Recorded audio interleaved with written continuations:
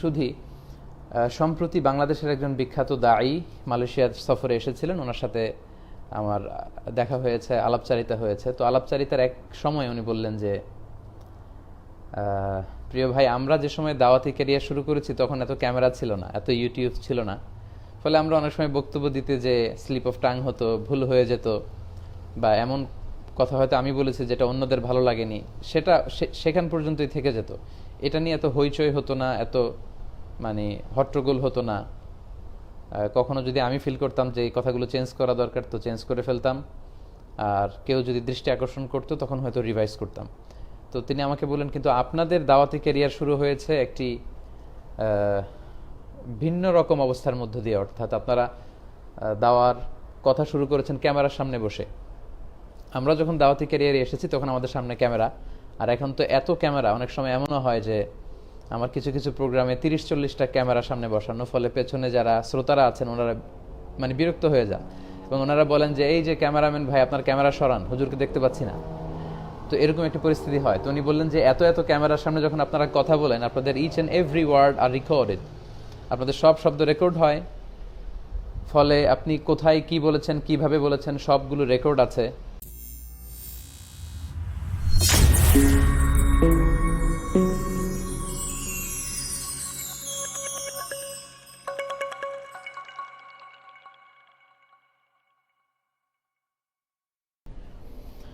আসসালামু আলাইকুম ওয়া রাহমাতুল্লাহি ওয়া বারাকাতুহু, নাহমাদুহু ওয়া নুসাল্লি আলা রাসূলিহিল কারীম, আম্মা বা'দু, ফাআউযু বিল্লাহি মিনাশ শাইতানির রাজীম, বিসমিল্লাহির রহমানির রহিম।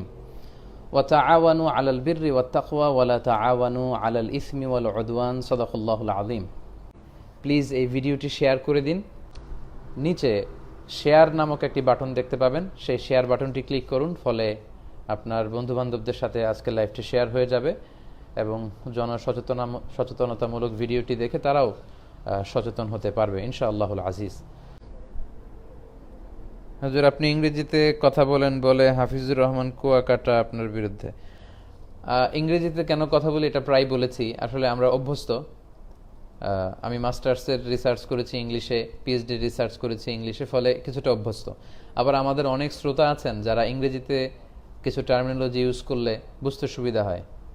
ইউরোপ, আমেরিকার, বিশেষ আমেরিকার অনেক গার্ডিয়ানরা বলে যে হুজুর আর একটু বেশি যদি ইংরেজি শব্দ আপনি ব্যবহার করেন আমাদের ছেলে মেয়েদের বুঝতে হুজুর খুবই সুবিধা হবে। ওরা born and brought up in America, আমেরিকায় জন্ম, আমেরিকায় বড় হয়েছে, আপনার আলোচনাগুলো খুব বুঝতে পারে, আর একটু বাড়িয়ে বলেন। তো প্রিয় ভাইয়েরা, বিষয়টি হচ্ছে এমন যে শ্রোতাদের মধ্যে অনেক ক্লাস থাকে, ফলে সবগুলো খেয়াল করে আমি আলোচনা করবার চেষ্টা করি।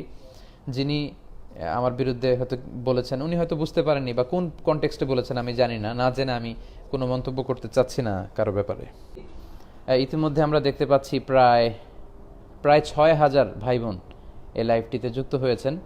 তো আমি আপনাদেরকে রিকোয়েস্ট করব যে আপনারা এই লাইভটির নিচে শেয়ার নামক একটি বাটন দেখতে পাবেন, সেই শেয়ার বাটনটি ক্লিক করুন। ফলে আপনার বন্ধুবান্ধবদের সাথে আজকের লাইভটি শেয়ার হয়ে যাবে এবং সচেতনতামূলক ভিডিওটি দেখে তারাও সচেতন হতে পারবে ইনশাআল্লাহুল আজিজ। সম্মানিত সুধী, সম্প্রতি বাংলাদেশের একজন বিখ্যাত দায়ী মালয়েশিয়ার সফরে এসেছিলেন। ওনার সাথে আমার দেখা হয়েছে, আলাপচারিতা হয়েছে। তো আলাপচারিতার এক সময় উনি বললেন যে, প্রিয় ভাই, আমরা যে সময় দাওয়াতি ক্যারিয়ার শুরু করেছি তখন এত ক্যামেরা ছিল না, এত ইউটিউব ছিল না। ফলে আমরা অনেক সময় বক্তব্য দিতে যে স্লিপ অফ টাং হতো, ভুল হয়ে যেত, বা এমন কথা হয়তো আমি বলেছি যেটা অন্যদের ভালো লাগেনি, সেটা সেখান পর্যন্তই থেকে যেত। এটা নিয়ে এত হইচই হতো না, এত হট্টগোল হতো না। কখনো যদি আমি ফিল করতাম যে এই কথাগুলো চেঞ্জ করা দরকার তো চেঞ্জ করে ফেলতাম, আর কেউ যদি দৃষ্টি আকর্ষণ করতো তখন হয়তো রিভাইজ করতাম। তো তিনি আমাকে বললেন, কিন্তু আপনাদের দাওয়াতি ক্যারিয়ার শুরু হয়েছে একটি ভিন্ন রকম অবস্থার মধ্য দিয়ে, অর্থাৎ আপনারা দাওয়ার কথা শুরু করেছেন ক্যামেরার সামনে বসে। আমরা যখন দাওয়াতি ক্যারিয়ারে এসেছি তখন আমাদের সামনে ক্যামেরা, আর এখন তো এত ক্যামেরা, অনেক সময় এমনও হয় যে আমার কিছু কিছু প্রোগ্রামে 30-40টা ক্যামেরা সামনে বসানো, ফলে পেছনে যারা শ্রোতারা আছেন ওনারা বিরক্ত হয়ে যান এবং ওনারা বলেন যে এই যে ক্যামেরাম্যান ভাই, আপনার ক্যামেরা সরান, হুজুরকে দেখতে পাচ্ছি না। তো এরকম একটি পরিস্থিতি হয়। তো উনি বললেন যে এত এত ক্যামেরার সামনে যখন আপনারা কথা বলেন, আপনাদের each and every word are recorded, আপনাদের সব শব্দ রেকর্ড হয়। ফলে আপনি কোথায় কি বলেছেন, কিভাবে বলেছেন, সবগুলো রেকর্ড আছে। ফলে আপনার আলোচনা যারা পছন্দ করে না, যারা আপনার বিরুদ্ধে যাদের আপনার মানে বিরুদ্ধাচারণ যারা করে, আপনার বিরুদ্ধে যারা আছে, তারা চাইলেই বিভিন্ন আলোচনার ছোট ছোট অংশকে একসাথে মিলিয়ে তারা আপনার বিরুদ্ধে ভিডিও মেক করতে পারবে। হ্যাঁ, আপনি ভুল করেছেন, আপনি এটা বলেছেন সেটা বলেছেন, এরকম ন্যারেটিভ তারা দাঁড় করাতে পারবে কাটা কাটা অংশ দিয়ে। কারণ কোন একটা আলোচনার আগ পিস যদি কেটে দেওয়া হয়, কনটেক্সটকে যদি উল্লেখ করা না হয়, তাহলে যে কারো আলোচনা থেকে যে কোনো ধরনের ন্যারেটিভ দাঁড় করানো সম্ভব। তো ইতিমধ্যে আমার দৃষ্টিগোচর হয়েছে যে এরকম অনেক ভিডিও অনেকে মেক করছেন আমার বিরুদ্ধে, এবং এগুলো আজ থেকে 2-3 বছর আগের ভিডিও। বিভিন্ন সময় বিভিন্ন জায়গায় যে বক্তব্যগুলো রেকর্ড হয়েছে 2 থেকে 3 বছর আগের ভিডিওগুলোর আগ পিস কেটে দিয়ে 2 সেকেন্ড, 5 সেকেন্ড, 8 সেকেন্ডকে একত্রিত করে ভিডিও বানিয়ে তার নিচে বিভিন্ন ক্যাপশন দিয়ে এগুলো ছড়িয়ে দেয়া হচ্ছে, ছবি বিকৃত করা হচ্ছে। সো এই সমস্ত ভিডিওগুলো আমাদের দৃষ্টিগোচর হয়েছে। মহিলা যদি হজ পালনের সময় ঋতুবর্তী হয়, হজ পালনের বিধান। আম্মা জান আয়েশা রাদিয়াল্লাহু তাআলা আনহা, উনি তো হজ পালন করতে যে ঋতুবর্তী হওয়ার কারণে ওমরা করতে পারেননি। তখন আপনি স্টপ করে দিবেন আর কি।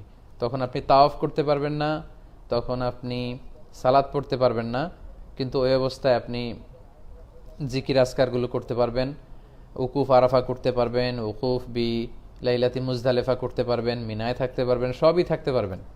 শুধু তাওয়াফটা আপনি ভালো হওয়ার পরে করে নেবেন। কারণ আয়েশা রাদিয়াল্লাহু তাআলা আনহা উনি পিরিয়ডের কারণে বলেছিলেন, ইয়া রাসূলুল্লাহ, সবাই হজ আর উমরা নিয়ে যাবে, আমি শুধু হজ নিয়ে যাব। তো তিনি সুস্থ হলেন, তখন আব্দুর রহমান, আল্লাহ রাসূল সাল্লাল্লাহু আলাইহি ওয়াসাল্লামের শ্যালক আম্মাজান আয়েশা রাদিয়াল্লাহু তাআলা আনহার ভাই, ওনাকে দিয়ে আবার উমরা করিয়ে এনেছিলেন। সো আপনি শুধু তাওয়াফ আর সালাত ছাড়া হজের বাকি কাজগুলো কিন্তু কন্টিনিউ করতে পারবেন, ইনশাআল্লাহ কোনো সমস্যা হবে না। মেয়েরা কবরস্থানে যেতে পারবে কি না? ইসরাত ইসি, না, মেয়েরা কবরস্থানে যেতে পারবে না। মেয়েরা কবরস্থানের বাইরে দাঁড়িয়ে দোয়া করবে অথবা ঘরে থেকেই দোয়া করবে, কারণ নারীদের হৃদয় অত্যন্ত কোমল, সফট। কবরস্থানে যে ওনারা অস্থির হয়ে পড়বেন, কবর দেখলে বেশি ভয় পাবেন, আব্বার কবর দেখলে হাউমাউ করে কাঁদতে শুরু করবেন, এজন্য নিষেধ করা হয়েছে, নারীরা কবরস্থানে যাবে না।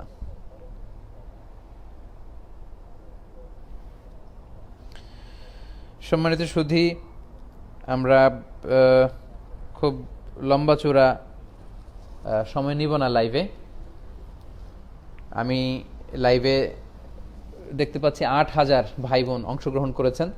যারা দেরিতে এসেছেন আমি তাদেরকে বলবো, প্লিজ আপনারা লাইভটি শেয়ার করে দিন, তাহলে সবাই দেখতে পারবে, শুনতে পারবে, গণসচেতনতায় অংশগ্রহণ করতে পারবে।